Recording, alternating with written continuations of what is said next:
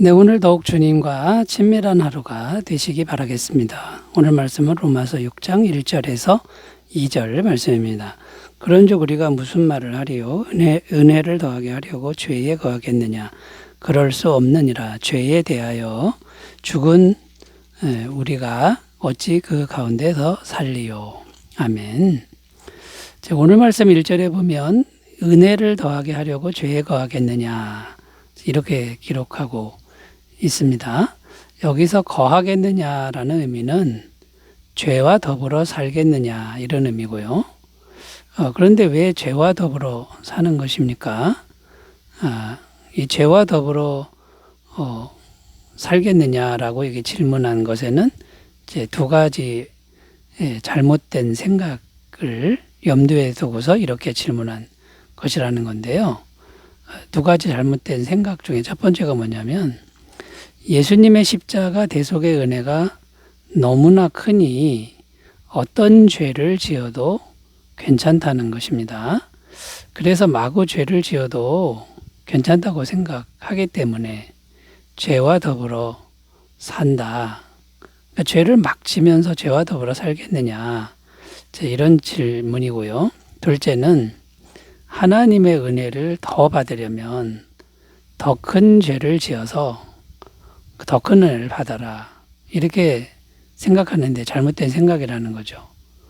그러니까 더 큰 죄를 자꾸 짓게 되니까 죄와 더불어 살겠느냐.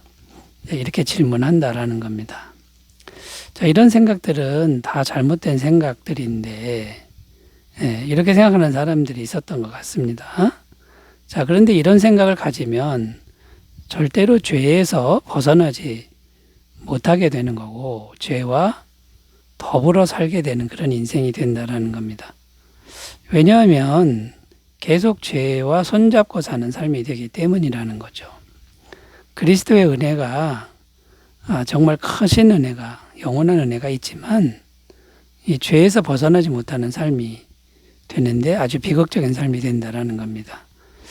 그래서 오늘은 성도인 우리가 어떻게 해야 죄에서 벗어나는 삶을 사는 걸까? 이런 주제로 말씀의 은혜를 나누겠습니다. 첫 번째는 죄에서 벗어나려면 죄를 합리화하지 말고 즉시로 회개해야 한다라는 겁니다.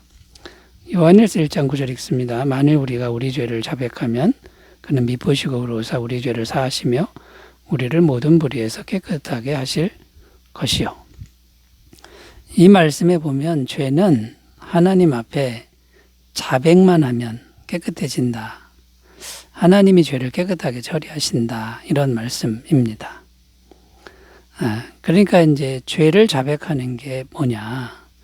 이게 바로 하나님을 경외하는 삶이 된다라는 겁니다. 시편 103편 11절 12절 이는 하늘이 땅에서 높음 같이 그를 경외하는 자에게 그의 인자하심이 크심이로다. 동이 서에서 먼 것 같이 우리의 죄가를 우리에게서 멀리 옮기셨으며. 하나님을 경외한다라는 건 어떤 걸까요? 하나님이 모든 걸 다 알고 계시니까 감출 게 없다라는 거고요. 정직하게 죄를 고백하는 그런 태도가 하나님을 경외하는 건데 정직하게 고백만 하면 죄악을 동이서에서 먼 것처럼 옮겨버리신다라고 약속하고 있다라는 겁니다. 그런데 하나님이 그냥 있는 거를 그냥 없다고 해주는 게 아니라 예수님의 죄값, 십자가에서 흘린 피값으로 죄값을 지불했다라는 거죠. 에베소서 1장 7절 우리는 그리스도 안에서 그의 은혜의 풍성함을 따라 그의 피로 말미암아 속량 곧 죄사함을 받았느니라. 속량 곧 죄사함을 받았다 이렇게 기록하는데 이 속량은 충분한 값을 제값을 지불하고 구원한 것을 말합니다. 그러니까 예수님이 십자가에서 피 흘리심으로 충분한 값을 지불하고 값을 치르고 구원했다. 그냥 구원이 아니다라는 겁니다. 그런데 이 은혜를 받으려면 하나님 앞에 자백을 해야 된다라는 건데요. 자백하지 않으면 어떻게 됩니까? 자백하지 않으면 죄를 그냥 내가 갖고 있게 되는 거고요. 자백을 하게 되면 이 죄가 하나님께로 옮겨지게 가게 된다라는 겁니다. 시편 32편 3절 4절 내가 입을 열지 아니할 때에 종일 신음함으로 내 뼈가 새어였도다. 주의 손이 주야로 나를 누르시오니 내 진액이 빠져서 여름 가뭄에 마른같이 되었나이다. 그러니까 죄를 하나님께 고백하지 않고 내가 갖고 있으면 영혼이 바짝바짝 마르고 고통스럽다라는 그런 말씀이 됩니다. 그 죄를 내가 갖고 있으면 내가 해결할 수가 없는 거고요. 자, 그런 의미에서 죄는 자백해야 되는 거고, 죄를 죄가 아니라고 합리화하면 할수록 나는 고통만 당하는 인생이 된다라는 겁니다. 자, 그러므로 여러분, 죄에서 벗어나는 길은 죄를 안 짓는 게 아닙니다. 끊임없이 죄를 짓지만 그때마다 즉시로 회개하고 죄를 하나님 앞에 정직하게 고백하는 이런 삶이 죄에서 벗어나는 삶이다. 이렇게 생각을 하시고 성실하게 회개하는 삶이 되시기 바라겠습니다. 자, 두 번째로 가보겠습니다. 죄에서 벗어나려면 어떻게 해야 될까요? 죄를 짓지 않으려고 노력은 해야 된다라는 겁니다. 예레미야 29장 12절 13절 읽습니다. 너희가 내게 부르짖으며 내게 와서 기도하면 내가 너희들의 기도를 들을 것이요 너희가 온 마음으로 나를 구하면 나를 찾을 것이요 나를 만나리라. 자, 이 말씀을 잘 보면 우리가 열심히 하나님을 찾으면 하나님이 만나주시겠다, 만나주신다라는 말씀입니다. 그러니까 어떻게 하라는 겁니까? 열심히 하나님을 찾으려고 노력하라. 그러니까 우리의 노력이 필요하다. 이걸 말씀하고 있는 겁니다. 자, 그런데 하나님이 만나주신다라고 이렇게 표현하는 말은 또 어떤 의미가 되냐면 우리 스스로의 능력으로 하나님을 찾으려고 해도 우리 힘으로는 못 만나는데 하나님이 은혜로 만나 주셔야만 가능하다. 이런 말씀이 되는 겁니다. 자, 그런데 하나님은 그냥 아무나 만나주는 게 아니라는 겁니다.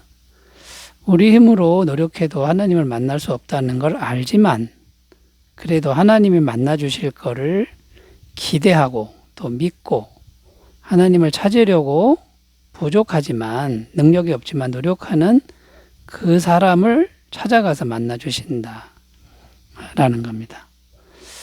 그러니까 죄를 짓지 않으려고 노력은 해야 되는 이유가 노력한다고 죄를 안 지을 수는 없습니다만 노력을 하면 하나님이 오셔서 도와주신다라는 겁니다. 자, 이런 원리를 성령의 열매를 비유로 말씀드릴 수 있는데요. 성령의 열매는 어떤 겁니까? 사랑과 희락과 화평과 오래 참음과 자비와 양성과 충성과 온유와 절제. 전부 성품이죠. 누구의 성품이냐면 하나님의 성품입니다. 자, 그러니까 하나님의 성품이니까 인간의 성품은 아니라는 겁니다. 그런데 놀라운 사실은 하나님의 성품인 성령의 열매가 나의 마음에 열매처럼 맺힌다 라는 겁니다. 인간은 죄를 물들어서 이 성령의 열매를 맺을 수 없는데 어떻게 하나님의 성품이 죄를 물든 내 마음에 열리는 겁니까? 내가 부족하지만 사랑하려고 하면 성령님이 임하셔서 하나님의 마음을 부어주신다 라는 겁니다. 자, 그러니까 여러분, 내가 내 힘으로 성령 열매를 맺을 수 없다는 것을 잘 압니다. 그래도 사랑하려고 노력하는 건데 사랑하려고 하지만 안 된다는 걸 인정하고 주님이 도와주신다라는 걸 믿고 노력하는 겁니다. 그러면 성령님이 오셔서 도와주신다. 이런 말씀이 되는 겁니다. 자, 그러니까 여러분 결론적으로 어떻게든 죄를 짓지 않으려고 마음 먹고 그러나 안 되는 거를 인정해야 되고요. 그러나 주님이 도와주신다는 믿음을 꼭 가지시고 노력하면은 주님이 도와주시는 은혜가 있어서 죄에서 벗어나는 그런 삶을 사시길 바라겠습니다. 자, 세 번째로 가보겠습니다. 죄에서 벗어나려면 어떻게 해야 될까요? 세 번째는 예수님 안에서 죄가 없어진다는 걸 믿어야 한다라는 겁니다. 예수님 안에 있으면 죄가 다 없어진다는 걸 믿어야 한다라는 겁니다. 오늘 말씀 2절 읽습니다. 그럴 수 없느니라 죄에 대하여 죽은 우리가 어찌 그 가운데 더 살리요.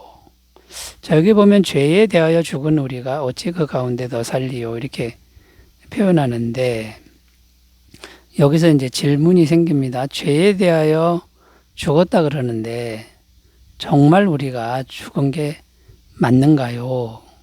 이런 질문이 생기죠. 왜냐하면 우리가 늘 기도하고 돌아서면 마음속에서 생각 속에서 죄의 생각이 계속 올라오기 때문이다라는 겁니다. 끊임없이 죄의 생각이 올라오는 거죠. 로마서 7장 21절 23절 그러므로 내가 한 법을 깨달았노니 곧 선을 행하기 원하는 나에게 악이 함께 있는 것이로다. 내 속사람으로는 하나님의 법을 즐거워하되 내 지체 속에서 한 다른 법이 내 마음의 법과 싸워 내 지체 속에 있는 죄의 법으로 나를 사로잡는 것을 보는도다. 이 말씀이 누구의 고백이냐면 사도 바울의 고백이라는 겁니다. 가장 신령하고 성령 충만한 분이 탄식하며 고백하는 게 뭐냐? 자기 마음속에 죄가 계속해서 올라온다. 계속 나를 끌고 간다. 이런 고백이라는 겁니다. 자, 그런데 어떻게 죄에 대하여 죽었다고 말할 수 있는 겁니까? 그러니까 무슨 말이냐면 죄를 전혀 짓지 않는다 이런 말이 아니고요. 죄를 계속 짓지만 예수님이 계속해서 이 죄를 계속해서 영원히 깨끗하게 처리해 주신다라는 겁니다. 예수님을 영접하면 예수님이 끊임없이 올라오는 우리의 죄를 십자가로 다 가져가신다. 완벽하게 가져가신다라는 겁니다. 자, 그러면 이제 십자가로 죄가 다 계속해서 가니까 이제 어떻게 되는 겁니까? 우리는 죄에서 벗어나게 되는 거고 죄와 더불어 사는 것이 아닙니다. 죄가 올라오지만 죄가 즉시로 십자가로 가니까 죄에 대하여 죽은 것처럼 죄와 상관없는 그런 삶을 살게 된다라는 거죠. 그러므로 중요한 게 뭡니까? 믿음인데요. 예수님 안에서 모든 죄가 십자가로 다 옮겨가는 것, 다 없어지는 것을 늘 믿고 사는 삶이 중요하다. 자, 이 믿음으로 죄에서 벗어나는 의로운 삶을 늘 사시기 바라겠습니다. 기도합니다. 하나님 아버지, 죄에서 벗어나서 하나님과 더불어 사는 우리의 삶이 되게 하옵소서. 예수님의 이름으로 기도드립니다. 아멘. 성령 충만하시기 바라겠습니다. 감사합니다.